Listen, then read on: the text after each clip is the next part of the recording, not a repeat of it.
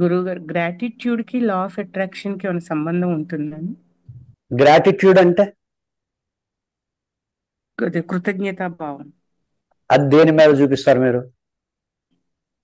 అంటే మనకున్న దాని మీద, మనకు ఉన్న దాని మీద కృతజ్ఞతా భావం కలిగి ఉండడం అని. అది ఉందనుకోండి, ఉదాహరణకు ఉందనుకోండి, నాకు ఇప్పుడు ఉన్న దాంతో ఉమ్. నేను కృతజ్ఞుడై ఉన్నాను అంటే దాని అర్థం ఏంటి? నాకు ఇక్కడితో చాలు అని చెప్తున్నట్టే కదా. ఓకే. అవునా కదా? Exactly correct. అది లా ఆఫ్ అట్రాక్షన్ సిద్ధాంతానికి విరుద్ధం కదా. లా ఆఫ్ అట్రాక్షన్ అంటే చాలు కాదు కదా, కావాలి కదా. ఇంకా ఎదగాలి నేను, ఇంకా డెవలప్ అవ్వాలి, సరిపోదు నాకు. ఇంకా సమృద్ధి ఓకే. కావాలి, ఇంకా సమృద్ధి కావాలి, ఇంకా సమృద్ధి కావాలి. అది కదా. అంటే ఎక్కడో విన్నాను, గ్రాటిట్యూడ్ ఉంటే ఆటోమేటిక్ గా మిగతావన్నీ కూడా వస్తాయి అని చెప్పి, అది డౌట్ వచ్చింది అందుకొరకే. అదే ఇప్పుడు గ్రాటిట్యూడ్ ఎప్పుడు, ఇప్పుడు కరెక్ట్. నా ముందు నాకు మీరు గ్రాటిట్యూడ్ చూపిస్తే అర్థం ఏంటి? ఇవాళ నువ్వు చెప్పింది అని. అంతే కదా. కృతార్థుని అయిపోయాను అని అంటే అర్థం ఏంటి? అయిపోయింది అని అర్థం. అట్లా అట్లా కుదరదు కదా. యూనివర్స్ తో నాకు ఇంకా కొనసాగాలి నా బంధం. ఓకే. ఓకే. కరెక్ట్. కరెక్ట్. అప్పుడే అయిపోయింది ఆ సినిమా. అర్థమైందండి. తల్లిదండ్రులకి, యూనివర్స్ కి, గురువుకి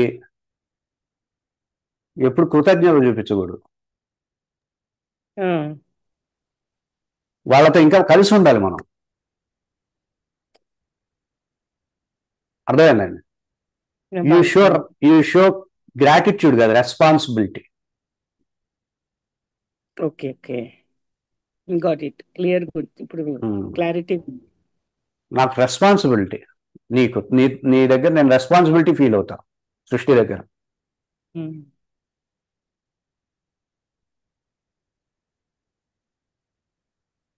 కరెక్ట్. దైవం దగ్గర నేను రెస్పాన్సిబిలిటీ ఫీల్ అవుతా. కృతజ్ఞుడు అంటే ఏంటి అర్థం? థ్యాంక్ యూ చెప్పడమే కదా. థ్యాంక్ యూ బూతు మాట అది. దైవానికి, గురువుకి, సృష్టికి థ్యాంక్ యూ చెప్పకూడదు.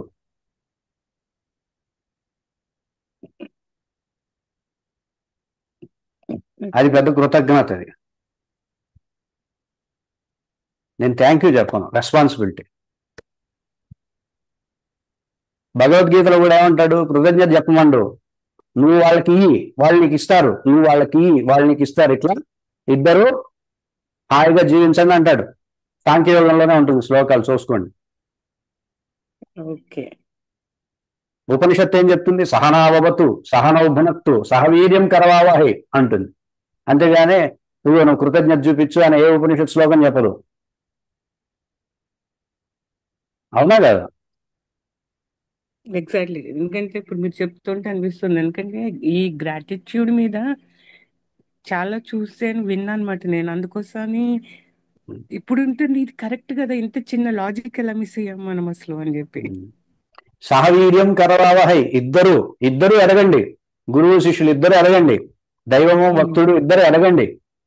ఇద్దరు డెవలప్ అవ్వండి. నువ్వు తనకి, తను నీకు, ఇద్దరు సహాయపడుతూ సాధనలో ఎదగండి అని ఉంది సూపర్. కానీ. అత్యంత బ్యూటిఫుల్ లాజిక్ నిజంగా.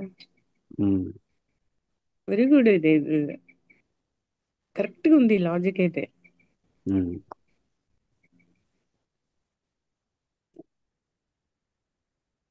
మన బంధం, సృష్టితో నాకున్న బంధం ఇంకా కొనసాగాలి. ఎన్ని జన్మలు ఎత్తినా, ఎన్ని జన్మలు పోతున్నా కొనసాగుతూ ఉండాలి. ఓకే. చాలా క్లారిటీ వచ్చింది గురుగారు, చాలా క్లారిటీ వచ్చింది ఈ లాజిక్ తోటి. క్లియర్లీ కరెక్టే ఉమ్, కదా, ఇప్పుడు అనలైజ్ చేస్తుంటే ఉమ్, కరెక్టే కదా అనిపిస్తుంది ప్రతి దాంట్లోనూ. ఉమ్.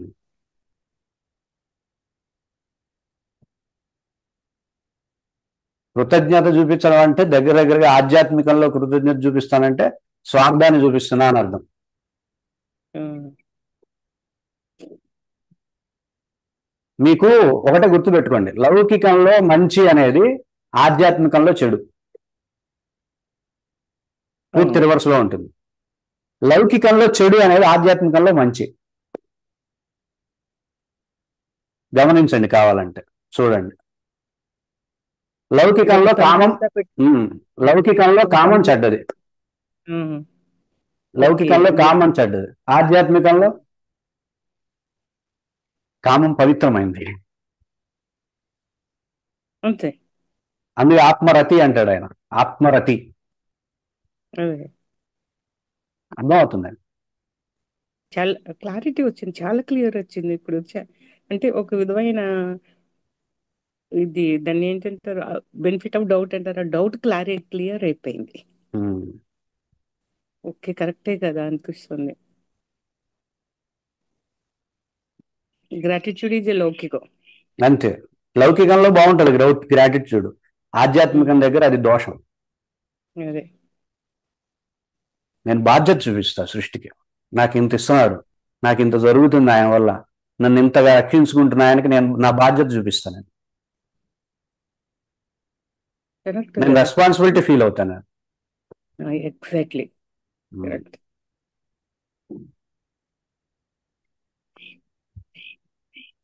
ఎప్పుడో ఒకటి గుర్తుపెట్టుకోండి, అది ఒక థంబ్ రూల్ అనమాట. లౌకికంలో ఆధ్యాత్మికంలో మంచి.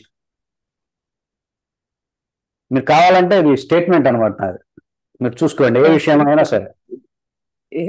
వేసేసుకోవచ్చు, మనం ఒక లిస్ట్ ఆఫ్ థింగ్స్ రాసేయచ్చు దీని మీద, ఇది మంచిది ఇది అని చెప్పి స్టేట్మెంట్ అర్థం చేసుకుంటే చాలా వచ్చేస్తుంది మనకి.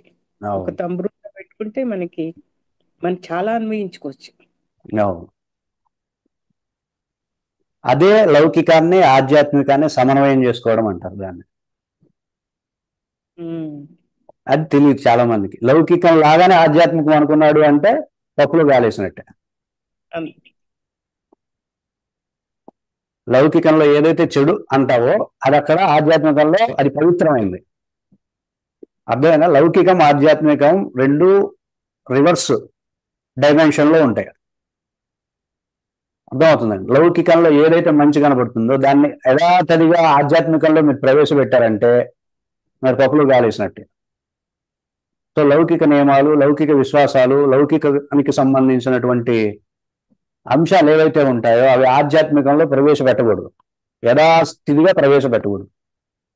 అలాగే ఆధ్యాత్మికంలో ఉండే విశ్వాసాలు, ఆధ్యాత్మిక స్థాయిలో ఉండేటటువంటివి లౌకికంగా యథాతథంగా ప్రవేశపెట్టకూడదు. ఆ సమన్వయం తెలియాలి. ఇది లౌకికం, ఇది ఆధ్యాత్మికం. లౌకికంలో అది పవిత్రం.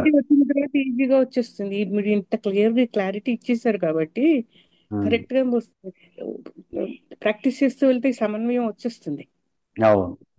ఎందుకంటే ఇప్పటి వరకు ఒక క్లారిటీ లేదు, ఇప్పుడు ఒక క్లారిటీ, ఒక బ్యాట్ తెరిసిపోయింది మాకు. ఒక బార్ లాగా ఇది దీన్ని ఇలా పెట్టుకుంటే అని ఆటోమేటిక్ గా సమన్వయాన్ని కొంచెం ప్రాక్టీస్ చేసుకుంటూ వెళ్తే ఎక్సలెంట్ గురువు గారు, నిజంగా చాలా చాలా క్లారిటీ వచ్చింది. ఇది తెలియకపోతే ఆధ్యాత్మిక జీవితం అస్తవ్యస్తం అవుతుంది. ఏదైనా సరే లౌకికం అనేది ఆధ్యాత్మికం దగ్గరకు వచ్చేసరికి దోషపూరితంగా ఉంటుంది. అది మనకి రెండు విధాలుగా సమన్వయం చేసుకొని ఎవడైతే ఆచరిస్తాడో వాడు తత్వవేత్త అని అంటున్నారు భగవద్గీతలో. మీరు లౌకిక కోణంలో చూస్తే అది లౌకిక స్థాయిలోనే ఉంటుంది. మనం ఎప్పుడు కూడా లౌకికాన్ని ఆధ్యాత్మికాన్ని రెండింటిని సమన్వయం చేసి చూడాలి. అర్థమైందా? శాస్త్ర విధానోక్తం కార్యాకార్యం వ్యవస్థితం. శాస్త్రం ఎట్లా ఉంటుంది? కేవలం లౌకికం దాన్నే దృష్టిలో పెట్టుకొని, మెటీరియల్ పర్స్పెక్టివ్ లోనే దృష్టిలో పెట్టుకొని నువ్వు ఇది ఆచరించాలి, ఇది ఆచరించకూడదని చెప్తామా? చెప్పండి. ఏది ఆచరించాలి, ఏది ఆచరించకూడదు అనేది ఎట్లా ఉంటుంది? అటు ఫిజికల్ పర్స్పెక్టివ్, స్పిరిచువల్ పర్స్పెక్టివ్ రెండు తీసుకురావాలి, రెండింటిని సమన్వయం అవ్వాలి. రెండు సమన్వయం అవుతుంటే అది ఆచరించదగింది. అర్థమైందా? ఇప్పుడు మీరున్నారండి, ఇప్పుడు మాకు అన్ని వివరంగా చెప్తున్నారు కాబట్టి మేము మీకు ఇదిగా ఉంటాం కదా. అది ఎవరికి లాభం దానివల్ల? అదే మాకే లాభం అండి. మీకు లాభం లేదు, నాకు లాభం లేదు. చేస్తున్నారు కాబట్టి మాకు కొంచెం ఇది ఉంటది కదా మీ మీద. ఏం వద్దా ఇది? గ్రాటిట్యూడ్ కాదు, గ్రాటిట్యూడ్ కాదు, రెస్పాన్సిబిలిటీ. ఇది ఒక సత్సంగం అన్నప్పుడు రెస్పాన్సిబిలిటీ ఫీల్ అయ్యాలనుకున్న వీడియో ఆన్ చేసుకుంటారు, డౌట్స్ అడుగుతారు, ఎక్కడ నేను సాధనలో ఆగానో దాన్ని గట్టిగా సీరియస్ గా తీసుకుంటారు. అర్థమైందండి? మీ మీద మీకు రెస్పాన్సిబిలిటీ పెరిగి ఎట్లయినా సరే ఈ సమయాన్ని నేను పూర్తి స్థాయిలో ముందుకెళ్ళడానికి ఉపయోగించుకోవాలి, ఆధ్యాత్మికంగా ఎదగడానికి ఉపయోగించుకోవాలనే తీవ్రమైనటువంటి ఆ కర్కుదనం అంటారు, అది కనపడాలి. అర్థమైందండి? ఓకే. ఒక శంకరాచార్యుడు అలా రోడ్డు మీద వెళ్తా ఉంటే చూసి నమస్కారం పెట్టి వెళ్ళిపోయావంటే నిన్నేమనాలి చెప్పండి? ఏమనాలి అప్పుడు? గ్రాటిట్యూడ్ చూపించామనాలా? తెలియ తక్కువ వాళ్ళని. అంతే, వెళ్ళిపోవాలా. అద్వైత శాస్త్రానికి సంబంధించిన ప్రశ్నలు అడగాలి, ఆయన దగ్గర నుండి ఎంత లాగాలో అంత లాగాలి. ఆయన తపస్సులో 0.1% అన్నది తీసుకోగలిగితే జన్మధన్యం అవుతుంది. అవునా కదా? రెస్పాన్సిబిలిటీ. రాముడి మీద హనుమంతుడికి ఉన్నది భక్తి కాదు, రెస్పాన్సిబిలిటీ. గ్రాటిట్యూడ్ కాదు, రెస్పాన్సిబిలిటీ. రామాయణం మొత్తం రెస్పాన్సిబిలిటీ కనపడుతుంది. రాముడి మీద సీతకి, సీత మీద రాముడికి, రాముడి మీద లక్ష్మణుడికి, లక్ష్మణుడి మీద రాముడికి, మొత్తం అంతా రెస్పాన్సిబిలిటీ. అవునా కదా? నా సీత నా భార్య అని చెప్పేసి రావణాసురుని చంపిన తర్వాత నా సీత అని వెళ్ళి వాసేసుకోలే రాముడు వారు. అవునా కదా? గతంలో ఒక సన్నివేశం జరిగింది, ఈయనకి కాలిపోయే సన్నివేశం రాముడు వారికి. ఏంటది? సీతాదేవి లక్ష్మణుడిని నోటికి వచ్చినట్టు తిట్టింది.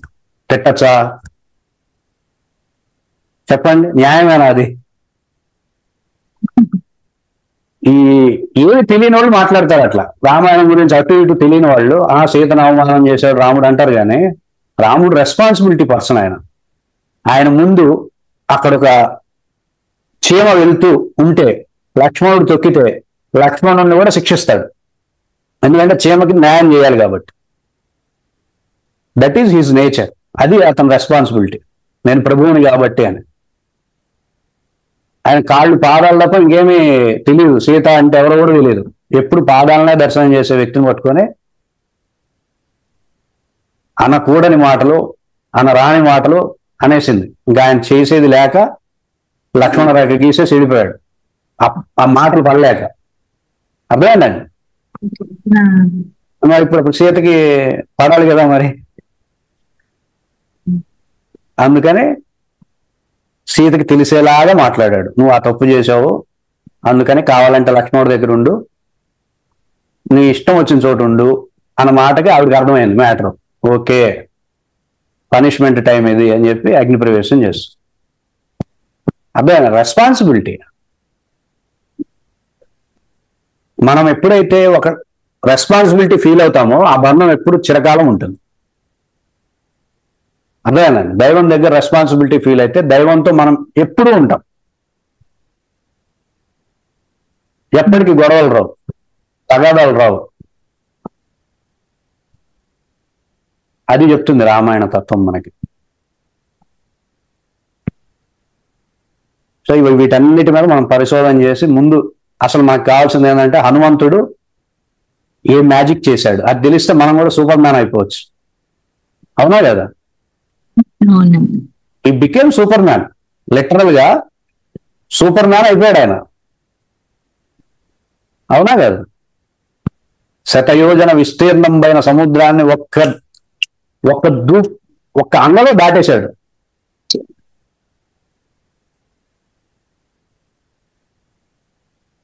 అంత సూపర్ మ్యాన్ చేసినటువంటి ఆ మెథడ్ ఏంటి, ఆయన ఏ టెక్నిక్ ప్రాక్టీస్ చేశాడు, దాని మీద కొంచెం రీసెర్చ్ వచ్చింది, సగం రీసెర్చ్ వచ్చింది. మీకు ప్రజెంట్ చేసేందుకు గాను కొంత స్పష్టత రావాల్సి ఉన్నది. వస్తే పక్క రామాయణం చెప్పుకుంటూ ఆ టెక్నిక్స్ కూడా మనం తెలుసుకుంటాం. రామబాణం లాంటి టెక్నిక్ లా ఆఫ్ అట్రాక్షన్కి. అర్థమైందా? రెస్పాన్సిబిలిటీ ఈజ్ మెయిన్, మ్యాండేటరీ ఎప్పుడైనా సరే.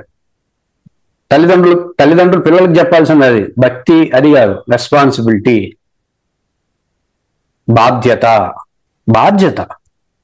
నీ బాధ్యత. ఈ బాధ్యత అనే పదం లౌకికంగా అందంగా ఉంటుంది, ఆధ్యాత్మికంగానూ అందంగా ఉంటుంది.